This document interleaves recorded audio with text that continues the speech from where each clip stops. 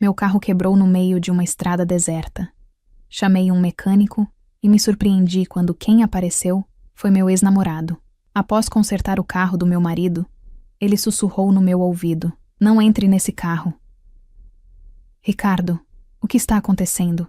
Por que paramos?" perguntei, sentindo o ar-condicionado falhar e o calor abafado da tarde começar a invadir o interior de couro claro do carro. Fumaça. Era isso que estava acontecendo.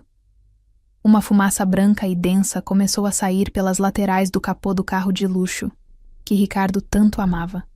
Talvez mais do que a mim. O motor deu um último suspiro engasgado e silenciou completamente. Estávamos no meio do nada, literalmente. Ao nosso redor, apenas quilômetros de vegetação seca e uma estrada de asfalto gasto que parecia não ter fim. Ricardo socou o volante com força, praguejando baixinho palavras que ele sabia que eu detestava. "Essa porcaria!" ele gritou, abrindo a porta e saindo para o calor escaldante. Eu disse para aquele gerente da concessionária revisar tudo antes da viagem. Incompetentes. Eu respirei fundo, tentando manter a calma. Aquela viagem deveria ser a nossa segunda lua de mel. 5 anos de casamento. Deveria ser um momento de reconexão, de celebrar a vida que construímos. Sinceramente, desde que saímos de casa, Ricardo parecia estar em outro lugar. O corpo dele estava ali, ao volante, mas a mente estava distante. Desci do carro, sentindo o sol queimar minha pele instantaneamente. Ricardo já estava com o celular no ouvido, gesticulando furiosamente enquanto falava com algum serviço de guincho ou seguro. "Não quero saber. Eu pago o plano mais caro para ter atendimento imediato. Estamos isolados aqui." Ele gritava ao telefone, andando de um lado para o outro. Encostei-me na lateral do carro, cruzando os braços. Observei meu marido. Ele era um homem bonito, bem-sucedido, sempre impecável. Mas havia uma frieza nele ultimamente, que me causava arrepios, mesmo sob aquele sol. Enquanto ele esperava na linha, o celular apitou. Uma mensagem. A postura dele mudou na hora. A raiva desapareceu e deu lugar a um meio sorriso discreto. Ele baixou o aparelho, leu a tela e digitou rapidamente, com uma agilidade que nunca tinha quando respondia às minhas mensagens. "Quem é, Ricardo?" perguntei, tentando não soar desconfiada, embora meu estômago estivesse embrulhado. Ele bloqueou a tela rapidamente e a colocou no bolso, voltando a fechar a cara. "Ninguém, Melissa. É do escritório. Problemas com um contrato que ficou pendente. Eles não me dão paz nem no nosso aniversário." "No escritório? No sábado à tarde? E essa mensagem te fez sorrir?" "Eu não estava sorrindo, Melissa. É impressão sua. O sol está afetando sua cabeça." Ele retrucou ríspido, voltando a falar com o atendente do seguro no telefone. "Sim. Estou na espera. Mandem alguém agora." Suspirei, engolindo a mágoa a seco. Era sempre assim. Eu era a louca, a que imaginava coisas. Voltei para dentro do carro apenas para pegar uma garrafa de água. Ficamos ali por quase 1 hora. O silêncio entre nós era mais pesado do que o calor lá fora. Ricardo não parava de mexer no celular, sempre virando a tela para que eu não visse, rindo baixinho, e depois disfarçando com uma tosse falsa quando percebia que eu estava olhando. Foi quando ouvimos o barulho de um motor a diesel se aproximando. "Finalmente!" Ricardo exclamou, guardando o celular e ajeitando a camisa de marca, preocupado com a aparência até no meio do deserto. Uma caminhonete antiga, com a pintura descascada e ferramentas na caçamba, encostou atrás do nosso carro. Não era o guincho oficial da seguradora. Parecia ser um mecânico local que passava pela região ou que foi acionado como terceirizado pela emergência. A porta do motorista se abriu e um homem desceu. Ele usava um macacão azul manchado de graxa, botas pesadas e um boné que cobria parte do rosto. Ele limpava as mãos em uma flanela vermelha enquanto caminhava em nossa direção. "Boa tarde." Recebi um chamado da central sobre um veículo parado no quilômetro 40. A voz dele era grave, rouca. Uma voz que fez meu coração errar uma batida antes mesmo de eu ver seu rosto. Quando ele levantou a cabeça para olhar o motor, nossos olhares se cruzaram. O tempo parou. Não é modo de falar. Por um segundo, o som dos grilos, o vento na vegetação, a respiração irritada do Ricardo, tudo sumiu. Era ele. Bruno. Meus olhos se arregalaram e eu levei a mão à boca, segurando um grito de surpresa. Bruno, meu grande amor da juventude. O homem com quem planejei uma vida simples e feliz. O homem que há 2 anos sumiu da minha vida sem deixar um bilhete, uma mensagem, nada. Ele simplesmente evaporou, deixando meu coração em pedaços e o caminho livre para Ricardo, que na época era apenas um conhecido insistente, me consolar. Bruno parecia mais forte, mais maduro. A barba estava por fazer e havia uma cicatriz pequena perto da sobrancelha que ele não tinha antes, mas eram os mesmos olhos castanhos profundos que costumavam me olhar com tanto carinho. Agora, porém, havia uma sombra neles, uma dor contida. Bruno, sussurrei, tão baixo que só eu escutei. Ele travou por um instante ao me ver. Vi a maçã do rosto dele contrair. Ele engoliu em seco, desviou o olhar de mim rapidamente e focou em Ricardo. O senhor é o proprietário? Bruno perguntou, com um tom extremamente profissional, como se nunca tivesse me visto na vida. Ricardo, claro, nem notou a atenção. Para ele, Bruno era apenas um prestador de serviço sujo de graxa. Sou eu. E já era hora. Esse carro simplesmente morreu. Eu exijo que você conserte isso rápido. Temos uma reserva em um hotel de luxo e estamos atrasados. Vou dar uma olhada, senhor, disse Bruno pegando a caixa de ferramentas. Ele passou por mim para chegar ao capô. Senti o cheiro dele. Uma mistura de óleo de motor, sabonete simples e aquele cheiro natural que eu nunca esqueci. Ele não me olhou, mas senti a energia dele vibrar ao meu lado. Melissa, saia do sol, vai ficar com dor de cabeça e estragar o jantar. Ricardo ordenou sem carinho, enquanto digitava novamente no celular. Fiquei parada, observando Bruno trabalhar. Ele abriu o capô e começou a verificar as mangueiras e conexões. As mãos dele tremiam levemente. Algo imperceptível para Ricardo, mas claro para mim. Ele estava tão abalado quanto eu. Parece ser superaquecimento, mas preciso verificar a parte elétrica por baixo, disse Bruno, deitando-se no chão quente de asfalto para olhar por baixo do carro. Ricardo bufou e se afastou, indo para a sombra de uma árvore seca um pouco distante para fazer uma ligação importante. Eu dei um passo à frente, chegando mais perto das pernas de Bruno, que estavam para fora do carro. Por que você sumiu? Perguntei, num sussurro desesperado, aproveitando que Ricardo estava gritando ao telefone longe dali. Bruno não respondeu imediatamente. Ouvi o barulho de chaves metálicas batendo. De repente, o barulho parou. Bruno estava embaixo do banco do carona, na parte externa, verificando o chassi. O corpo dele ficou tenso. Ele viu algo. Eu percebi pela forma como ele parou de respirar por um segundo. Ele deslizou para fora devagar, com o rosto sujo de graxa e uma expressão que eu não conseguia decifrar. Era medo? Era raiva? Ele limpou o suor da testa com o antebraço e olhou para a direção onde Ricardo estava, certificando-se de que meu marido não estava olhando. Depois, olhou para mim. Tem algo errado com esse carro, senhora? Ele disse alto, para que Ricardo ouvisse caso estivesse prestando atenção, mas seus olhos diziam outra coisa. Eles gritavam: perigo! O que foi? Perguntei, sentindo um frio na espinha. Bruno se levantou, limpando as mãos. Ele parecia ter visto um fantasma. O que quer que estivesse embaixo daquele carro ou escondido na estrutura, tinha deixado ele alarmado. Ele disfarçou rapidamente sua reação quando viu Ricardo desligar o telefone e vir em nossa direção. O problema é mais complexo do que parecia, disse Bruno, a voz firme. Mas eu conhecia aquele tom. Ele estava escondendo algo grave. Vou precisar de alguns minutos a mais. Ricardo chegou perto, impaciente. Mais tempo? Escuta aqui, rapaz. É necessário, senhor. Bruno cortou, encarando Ricardo com uma intensidade que fez meu marido recuar um passo. A menos que queira ficar a pé nessa estrada a noite toda. Ricardo resmungou e voltou a se afastar, o celular apitando novamente. Bruno se virou para o motor novamente, mas antes, lançou um olhar rápido para o banco traseiro do carro, como se através da lataria ele pudesse ver algo que eu desconhecia. Meu coração disparou. O que Bruno tinha encontrado?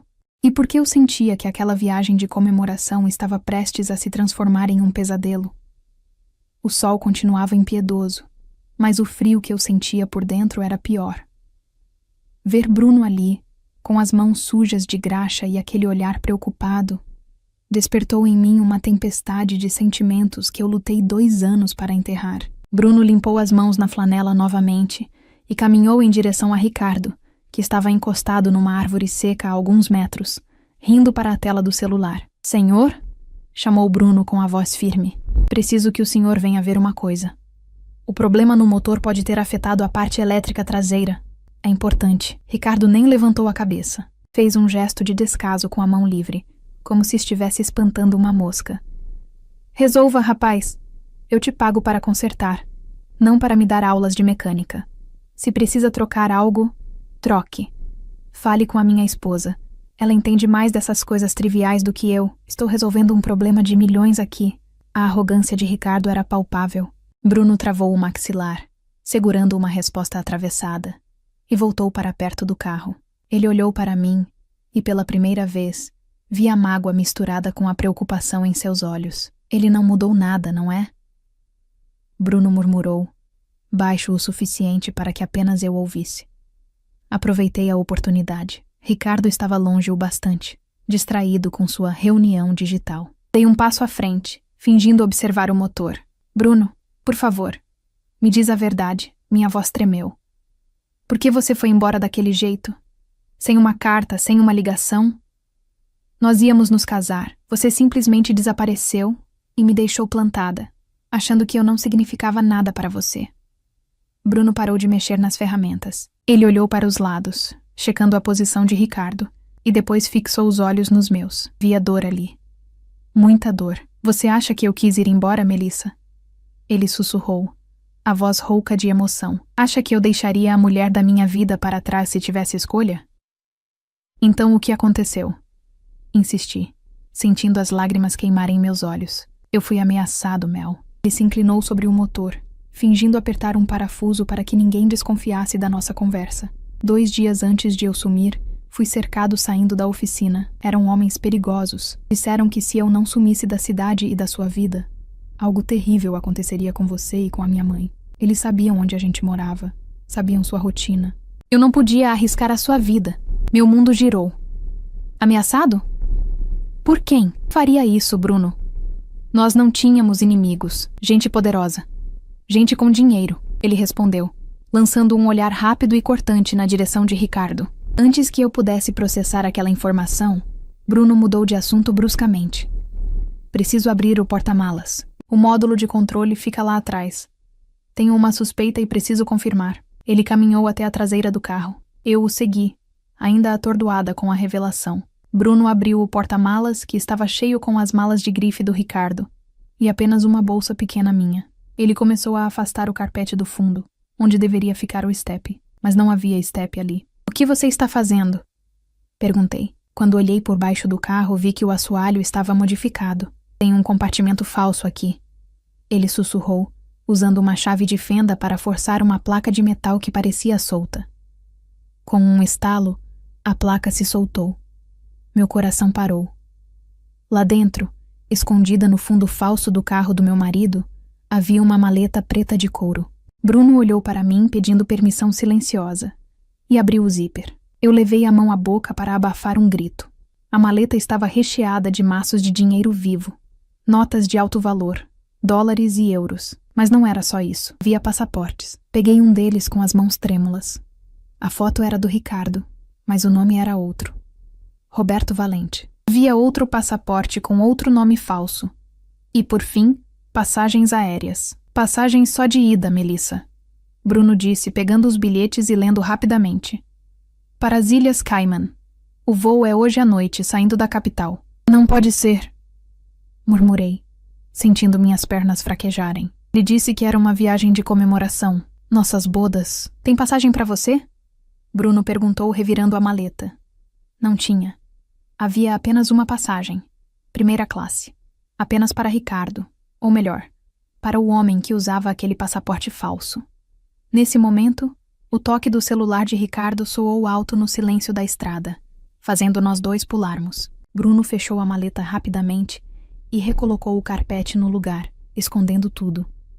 Ricardo atendeu o telefone e começou a caminhar em nossa direção, falando alto e agitado. Sim, meu amor, já está tudo certo. O idiota do mecânico já deve ter terminado. Não, ela não desconfia de nada. A tonta acha que vamos para um resort. Ricardo riu, uma risada cruel que eu nunca tinha ouvido. Escuta, os documentos dela eu já resolvi. A procuração que ela assinou sem ler me deu acesso a tudo. As contas já estão zeradas. Hoje à noite eu sumo daqui e te encontro no aeroporto. Eu congelei. Ele estava a poucos metros. Bruno se colocou na minha frente, fingindo limpar o vidro traseiro, bloqueando a visão que Ricardo teria do meu rosto pálido e aterrorizado. Ricardo passou por nós, ainda ao telefone, sem nem olhar na nossa cara. Sim, vou deixar ela no hotel e dizer que vou comprar remédio. Quando ela perceber, eu já estarei em outro continente com você e com o dinheiro da herança dela. Tchau, beijo. Ele desligou e guardou o celular, voltando a assumir a postura de marido impaciente. E aí? Está pronto ou não? Ricardo gritou. Bruno fechou o porta-malas com força. Ele respirou fundo, controlando a raiva que fazia seus punhos cerrarem. Está pronto, senhor. Era apenas um conector solto na bomba de combustível. O carro vai rodar perfeitamente agora. Ricardo sorriu aliviado. Ótimo. Enquanto Ricardo pegava a carteira, Bruno se virou para mim. Ele pegou um pano limpo e me entregou, como se eu tivesse me sujado. Mas, na verdade, ele segurou minha mão por baixo do tecido. O toque dele era quente e firme. A única coisa real naquele pesadelo. Ele se aproximou para se despedir, inclinando-se perto do meu rosto como se fosse me dar um beijo social na bochecha. O cheiro dele me envolveu, trazendo uma sensação de segurança em meio ao caos. Os lábios dele roçaram minha orelha, e ele sussurrou as palavras que mudariam meu destino naquele instante. Não entre nesse carro, Melissa. Ele está prestes a te abandonar e levar tudo que você tem. Eu tirei fotos de tudo. Confia em mim.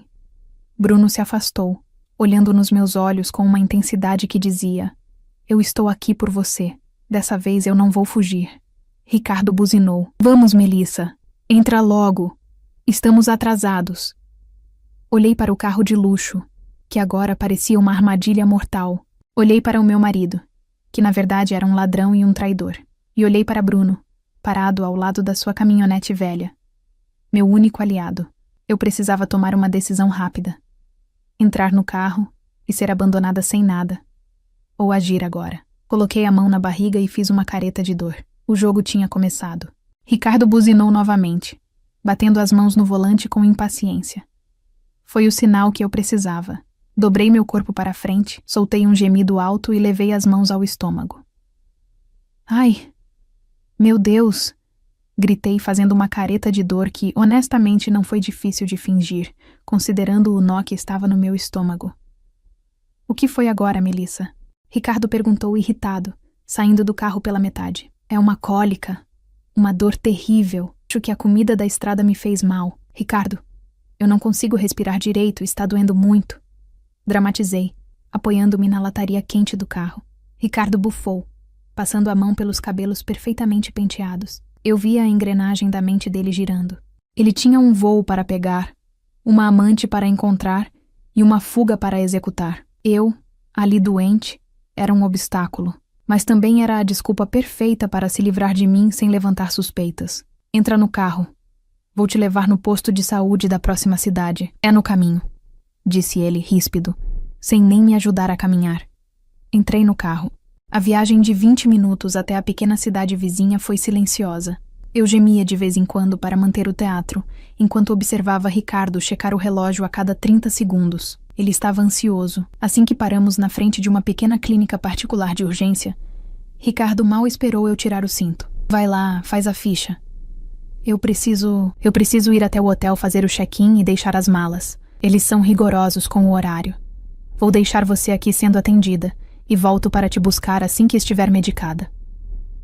Era a mentira mais deslavada do mundo. Ele nunca voltaria. Tudo bem, amor, disse eu com a voz fraca, segurando a vontade de vomitar de nojo. Vai lá. Eu te espero. Desci do carro. Ricardo nem olhou para trás. Acelerou cantando pneus, ansioso para sua nova vida. Assim que o carro dele virou a esquina e sumiu na estrada, minha postura mudou. A dor física desapareceu, dando lugar a uma adrenalina fria e calculista. Entrei na clínica apenas para usar o banheiro e lavar o rosto. Peguei meu celular e liguei para o único número que importava agora. Bruno, falei assim que ele atendeu. Estou a 2 quarteirões da clínica, respondeu ele ofegante. Eu segui vocês. Vi quando ele te deixou. Você está bem? Ele te machucou? Estou bem. Ele foi embora, Bruno. Ele acha que vai fugir. Você tirou as fotos? Tirei. Tenho fotos dos passaportes falsos, do dinheiro e das passagens. Estou indo te encontrar na recepção agora. 5 minutos depois, Bruno entrou na clínica. Ele ainda estava com o macacão de mecânico, mas para mim, parecia um cavaleiro de armadura. Sentamos em um banco afastado na sala de espera vazia. Ele me entregou o celular dele com as imagens. Lá estava. A prova do crime. Passaportes em nome de Roberto Valente. Maços de notas que deveriam ser nossas economias de vida. E uma passagem para Paris, com conexão para as Ilhas Cayman. Melissa, Bruno segurou minha mão. E dessa vez não havia pressa. Preciso te contar o resto. Há 2 anos, quando fui ameaçado, foi ele. Eu olhei para Bruno, sentindo as lágrimas voltarem. O Ricardo? Sim, ele me procurou na oficina. Ele não era seu namorado ainda. Era só aquele amigo rico que vivia te cercando. Ele disse que tinha investigado minha vida. Ameaçou inventar crimes, colocar drogas no meu armário. Disse que tinha contatos na polícia e que eu apodreceria na cadeia se não me afastasse de você. Ele disse que você merecia alguém do nível dele, não um mecânico sujo de graxa. Eu tive medo, Mel. Não por mim, mas porque minha mãe estava doente na época e eu não podia ser preso. Fui covarde. Você não foi covarde, Bruno. Você foi vítima. Apertei a mão dele. Mas agora chega de sermos vítimas. Peguei meu celular e abri o aplicativo do banco. Minhas mãos tremiam tanto que errei a senha 2 vezes. Quando finalmente entrei, o choque foi físico, como um soco no peito. Saldo: R$0. Investimentos: resgatados. Poupança: zerada. Ele tinha limpado tudo. A herança que meus pais deixaram, o dinheiro da venda do meu apartamento de solteira, tudo o que construímos juntos. Ele tinha transferido tudo naquela manhã, enquanto eu dormia no hotel anterior. Ele levou tudo, Bruno. Sussurrei, sentindo o pânico subir pela garganta. Estou arruinada. Não está, disse Bruno com firmeza, pegando o celular da minha mão. Veja o horário das transferências. Foi hoje cedo. Transferências internacionais desse valor demoram para compensar. Ou precisam de validação se houver suspeita de fraude. Ainda temos tempo. Ligue para o banco agora. Diga que foi um sequestro relâmpago. Diga que clonaram seu acesso. Bloqueie tudo. Corri para o balcão da clínica e pedi um telefone fixo emprestado, pois o sinal do meu celular estava oscilando. Liguei para a central de segurança do banco. Minha voz, agora carregada de um desespero real, foi convincente. Fui roubada. Meu marido pegou minha senha sob coação. Bloqueiem as contas, por favor, ou vou processar o banco por falta de segurança, gritei ao telefone. Enquanto eu lidava com o banco, Bruno ligou para um amigo que trabalhava na polícia rodoviária da região, adiantando a denúncia de estelionato e apropriação indébita, enviando as fotos dos passaportes falsos como prova de risco de fuga. Foi uma corrida contra o tempo. Cada minuto que passava era um minuto mais perto do voo do Ricardo. Horas depois, a centenas de quilômetros dali, no aeroporto internacional, Ricardo caminhava pelo saguão com um sorriso triunfante. Ele empurrava o carrinho com as malas, sentindo-se o rei do mundo. Ao lado dele, uma mulher loira, alta e jovem, ria de algo que ele dizia. Era a amante, a mulher para quem ele prometeu o mundo com o meu dinheiro. Amor, vamos passar no duty free antes. Quero comprar aquele perfume, pediu ela. Compre o que quiser, querida. O céu é o limite hoje, respondeu Ricardo arrogante. Eles entraram na loja de luxo. A mulher escolheu perfumes, óculos e uma bolsa cara. Ricardo, cheio de pose, sacou o cartão de crédito Black que estava vinculado à nossa conta conjunta. Aquela que ele achava que já tinha esvaziado para uma conta segura no exterior. Pode passar, disse ele ao vendedor, nem olhando para o valor. O vendedor inseriu o cartão. Ricardo digitou a senha, sorrindo para a amante. Um bip sonoro e chato ecoou. Senha inválida ou transação não autorizada, disse o vendedor constrangido. Impossível. Tente de novo, ordenou Ricardo, o sorriso vacilando. Ele tentou de novo. Negado. Ricardo, suando frio, pegou outro cartão. Negado. Deve ser o sistema do banco. Ele disse nervoso, pegando o celular para fazer uma transferência via aplicativo para a conta da loja. Ao abrir o aplicativo, a mensagem na tela não era de saldo. Era um aviso em letras vermelhas garrafais. Acesso bloqueado por suspeita de fraude. Compareça à sua agência. O quê? Ricardo gritou, atraindo olhares. Ele tentou acessar a conta no exterior para onde tinha enviado o dinheiro. Transferência estornada. Origem dos fundos contestada. Não, não, não! Ele começou a tremer. A amante olhou para ele, confusa e irritada. Ricardo, o que está acontecendo? Cadê o dinheiro? Antes que ele pudesse inventar uma mentira, 2 policiais federais, alertados pelo registro de tentativa de uso de passaporte falso no check-in, que o sistema já havia cruzado com a denúncia que Bruno ajudou a formalizar, se aproximaram. Senhor Ricardo, ou devo chamar de Roberto Valente? Perguntou o agente com voz firme. Ricardo olhou para os lados, procurando uma saída, mas o mundo dele, que parecia tão vasto e luxuoso minutos atrás, tinha acabado de encolher para o tamanho de uma cela. No meu celular, na pequena clínica à beira da estrada, chegou a notificação do banco. Bloqueio preventivo realizado com sucesso. Valores retidos. Olhei para Bruno. E pela primeira vez em 2 anos, senti que podia respirar de verdade. Pegamos ele. Eu disse, deixando as lágrimas caírem, mas agora eram lágrimas de alívio. Bruno sorriu e me abraçou. Acabou, Mel. Ele não vai levar nada. Os dias que se seguiram à prisão de Ricardo no aeroporto foram um turbilhão de emoções, burocracia e, surpreendentemente, descobertas dolorosas que serviram para curar minha alma. Eu não fui apenas ao aeroporto ver o desfecho. Fui direto para a delegacia prestar depoimento, acompanhada por Bruno, que não soltou minha mão em nenhum momento. Enquanto os advogados e a polícia vasculhavam a vida digital e financeira de Ricardo, uma verdade ainda mais sombria veio à tona. Eu não era a única, nem a primeira. Fui chamada à sala do delegado alguns dias depois. Lá dentro, sentada com uma postura rígida e olhos cansados, estava outra mulher. Ela parecia ter a minha idade, mas o rosto carregava marcas de anos de sofrimento. Melissa, esta é Carla, apresentou o delegado. Ela foi casada com o Ricardo há 6 anos. Carla levantou o olhar e vi ali o reflexo da minha própria dor. Conversamos por horas. Ela me contou como o Ricardo, usando outro nome e outra história de vida, a seduziu, casou-se com ela e meses depois desapareceu levando todo o dinheiro da venda da casa dos pais dela. Ela ficou arruinada, sem chão, acreditando que tinha sido abandonada por falta de amor, quando, na verdade, tinha sido vítima de um golpe frio e calculado. Eu passei anos achando que o problema era eu, disse Carla, segurando uma xícara de café com as mãos trêmulas. Ele me fez sentir que eu não era suficiente. Saber que ele fez o mesmo com você, sinto muito, Melissa. Mas também sinto um alívio. Não somos culpadas de nada. Ele é um predador. Aquela conversa tirou um peso enorme das minhas costas. A sensação de rejeição que Ricardo tentou plantar em mim durante a viagem, as mensagens escondidas, o desprezo, tudo era parte do teatro dele. Não era sobre mim. Era sobre a ganância dele. O processo foi rápido, graças às provas contundentes que Bruno resgatou do fundo falso daquele carro e aos bloqueios bancários que fizemos a tempo. Ricardo tentou de tudo. Alegou insanidade, tentou culpar a amante, que também o processou assim que descobriu que ele era falido. Mas a justiça foi implacável. Ele foi condenado por fraude, estelionato e falsidade ideológica. Todos os bens que ele tentou esconder foram rastreados e bloqueados. A lei determinou que cada centavo fosse devolvido às vítimas. Eu recuperei minha herança integralmente.